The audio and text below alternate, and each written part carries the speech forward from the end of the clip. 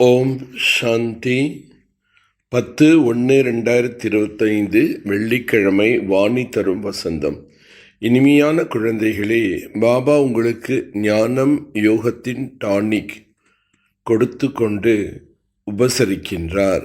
எனவே எப்பொழுதும் மகிழ்ச்சியாக இருங்கள் மற்றும் ஸ்ரீமத் படி அனைவரையும் உபசரித்து கொண்டே செல்லுங்கள். இந்த சர்வோத்தம பிராமண குலத்தில் தங்களுடைய இந்த வாழ்க்கை மிகவும் மதிப்பு மிக்கதாகும். ஆதலால் ஷரீரத்தை அவசியம் பாதுகாக்க வேண்டும். இது மண்ணால் செய்த பொம்மை, இது அழிந்து விடட்டும் என்பது கிடையாது. இது வாழும் வரை உயிருடன் பாதுகாக்க வேண்டும். யாராவது நோயற்றார்கள் என்றால் சலித்து கொள்ளக்கூடாது. சிவ பாபாவை நினைவு செய்யுங்கள். எந்தளவுக்கு நினைவு செய்வீர்களோ அந்தளவுக்கு பாவங்கள் அழிந்து கொண்டே செல்லும் என்று அவர்களுக்கு சொல்லுங்கள்.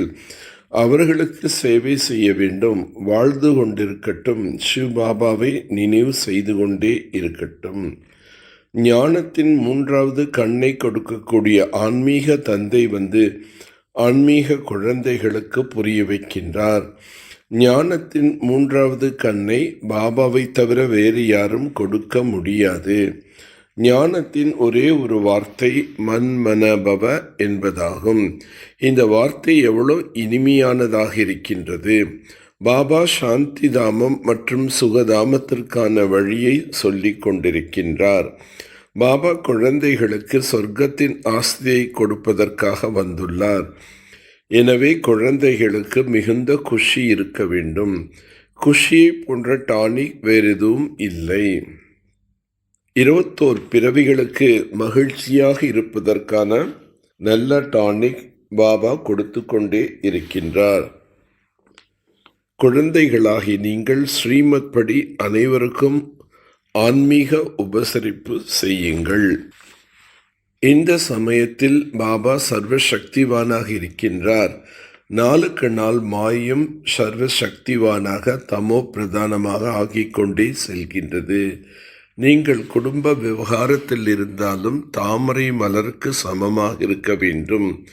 தந்தையை மிகவும் அன்போடு சிநேகத்தோடு நினைவு செய்ய வேண்டும். சத்தியுகத்தில் தூய்மையான உலகமாக இருந்தது எனும்போது அனைவரும் சுகமாகத்தான் இருந்தார்கள். இப்போது பாபா மீண்டும் கூறுகின்றார், குழந்தைகளே, சாந்தி தாமம் சுகதாமத்தை நினைவு செய்து கொண்டே இருங்கள். படகோட்டி உங்களை இக்கரையிலிருந்து அக்கறைக்கு அழைத்து செல்கின்றார். ஒரு படகு மட்டும் அல்ல, முழு உலகம் பெரிய கப்பலை போன்றிருக்கின்றது. இதனை அக்கறைக்கு அழைத்து செல்கின்றார். நான் உயர்ந்த பதவி அடைவதற்கு தகுதியானவனாக இருக்கின்றேனா என்று தன்னை பாருங்கள் என்று பாபா கூறுகின்றார். ஆன்மீக சேவை செய்கின்றேனா? ஏனென்றால் குழந்தைகளே, சேவாதாரியாக ஆகுங்கள். சேவைக்காகவே நான் வந்துள்ளேன். தினமும் சேவை செய்கின்றேன். குழந்தைகளாகிய நீங்களும் கூட பாபாவின் சேவையில் ஈடுபடுங்கள். இறை தந்தையின் சேவையில் இருங்கள். யார் நன்றாக முயற்சி செய்கின்றார்களோ, யார் நன்றாக சேவை செய்கின்றார்களோ அவர்களை மகாவீர் என்று அழைக்கப்படுகின்றார்கள். யாரிடமாவது பேசுகின்றீர்கள் என்றால் முதலில் தங்களை ஆத்மா என்று புரிந்து கொள்ளுங்கள். ஆத்மாவாகிய நான் இந்த சகோதரரிடம் பேசுகின்றேன். ஞானத்தின் 3வது கண் கிடைத்திருக்கின்றது. அந்த கண்கள் மூலமாக தங்களுடைய சகோதரனை பாருங்கள். சகோதரன் என்ற பார்ப்பதின் மூலமாக கர்மேந்திரியங்கள் சஞ்சலம் அடையாது. இந்த உழைப்பு மிகவும் தேவை. அப்போதுதான் உயர்ந்த பதவி பெற முடியும். இதில் நாம் சகித்து கொள்ள வேண்டியது விஷயம் இருந்தால் சகித்து கொள்ள வேண்டும். யாராவது ஏதாவது தலைகீழான விஷயங்களை பேசுகின்றார்கள் என்றால் நீங்கள் அமைதியாக இருங்கள். குழந்தைகள் ஒருவர் மற்றவருக்கு நன்மை செய்ய வேண்டும். ஆத்மாவோடு கொடுக்கல் வாங்கல் என்று சொல்லப்படுகின்றது. ஆத்மாவில் தான் ஞானம் இருக்கின்றது. ஆத்மாவுக்குத்தான் ஞானத்தை கொடுக்க வேண்டும். இது கூர்மையை போன்றதாகும். உங்களுடைய ஞானத்தில் இந்த கூர்மை நிரப்ப வேண்டும். எனவே யாருக்கும் புரிய வைத்தால் உடனே அம்பு தேய்த்துவிடும். பயிற்சி செய்து பாருங்கள், அன்பு தேய்க்கின்றதல்லவா? இந்த புதிய பழக்கத்தை ஏற்படுத்தினீர்கள் என்றால் பிறகு தேக உணர்வு நீங்கிவிடும். மாயின் புயல் குறைவாக வரும். கெட்ட எண்ணங்கள் வராது. குற்ற பார்வை என்பதே இருக்காது. பாபா அதிசயமானவர் என்றால் பாபாவின் ஞானமும் அதிசயமாக இருக்கின்றது. தங்களை ஆத்மா என்று புரிந்த ஆத்மாவுக்கு ஞானம் கொடுங்கள். மூன்றாவது கண்ணின் மூலம் சகோதரனை பார்க்க வேண்டும். இதில் மிகுந்த முயற்சி, உழைப்பு தேவையாக இருக்கின்றது. இப்போது நீங்கள் எந்த அளவுக்கு யோகத்தில் இருப்பீர்களோ அந்த அளவுக்கு ஆயுள் அதிகரிக்கும். யாராவது நோயுற்றார்கள் என்றால் அவர்களிடம் சலித்து கொள்ளக்கூடாது. அவர்களுக்கு நீங்கள் சிவபாபாவை நினைவு செய்யுங்கள் என்று சொல்ல வேண்டும். அவர்களுக்கு சேவை செய்ய வேண்டும். நான் முயற்சியில் உயர்ந்த நிலையில் இருக்கின்றேனா, மத்தியம நிலையில் இருக்கின்றேனா அல்லது தாழ்ந்த நிலையில் இருக்கின்றேனா? நான் உயர்ந்த பதவியை அடைவதற்கு தகுதியானவனாக இருக்கின்றேனா? நான் ஆன்மீக சேவை செய்கின்றேனா என்று தன்னைத்தான் பாருங்கள். மூன்றாவது கண்ணின் மூலம் ஆத்மா சகோதரனை பாருங்கள். சகோதரன் என்று புரிந்த அனைவருக்கும் ஞானத்தை கொடுங்கள்.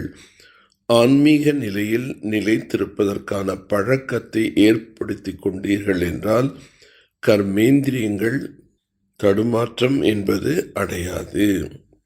பிரம்மா பாபாவை போன்று மகா தியாகத்தின் மூலம் மகான் பாக்கியத்தை உருவாக்கக்கூடிய ஃபரிஸ்தா மற்றும் உலக மகாராஜா ஆகுங்கள். யார் பிரம்ம பாபாவின் ஒவ்வொரு செயல் என்ற அடியின் பின்னால் அடியெடுத்து வைக்கின்றார்களோ, யார் தனது மனம், புத்தி, சம்ஸ்காரத்தை சதா தந்தையிடம் அர்ப்பணிக்கின்றார்களோ அந்த குழந்தைகளுக்குத்தான் ஃபரிஸ்தாவிலிருந்து உலக மகாராஜா ஆகுவதற்கான வரதானம் பிராப்தியாக கிடைக்கின்றது. பிரம்ம பாபா இந்த மகா தியாகத்தின் மூலம்தான் மகான் பாக்கியத்தை அடைந்தார். அதாவது நம்பர் 1 சம்பூர்ண ஃபரிஸ்தா மற்றும் நம்பர் 1 உலக மகாராஜா ஆவார். இவ்வாறு தந்தை பின்பற்றக்கூடிய குழந்தைகளும் கூட மகான் தியாகம் அல்லது சர்வஸ்வ தியாகியாக இருப்பார்கள்.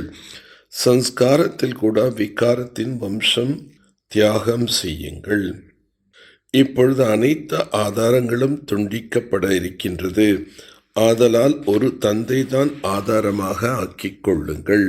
முழு இயற்கையும் மாற்ற வேண்டும். தமோகுண சம்ஸ்காரங்களுடைய ஆத்மாக்களின் தமோகுண வைப்ரேஷனை மாற்ற வேண்டும் மற்றும் தன்னையும் அப்படிப்பட்ட வாயு மண்டலம் சூழலிலிருந்து பாதுகாத்து கொள்ள வேண்டும். அந்த ஆத்மாக்களுக்கு உதவி செய்ய வேண்டும். இந்த விஷால காரியத்தில் மனதை சுப பாவனை நிறைந்த சக்திசாலியாக ஆக்குங்கள். நல்லது. ஓம் சாந்தி, ஓம் சாந்தி, ஓம் சாந்தி.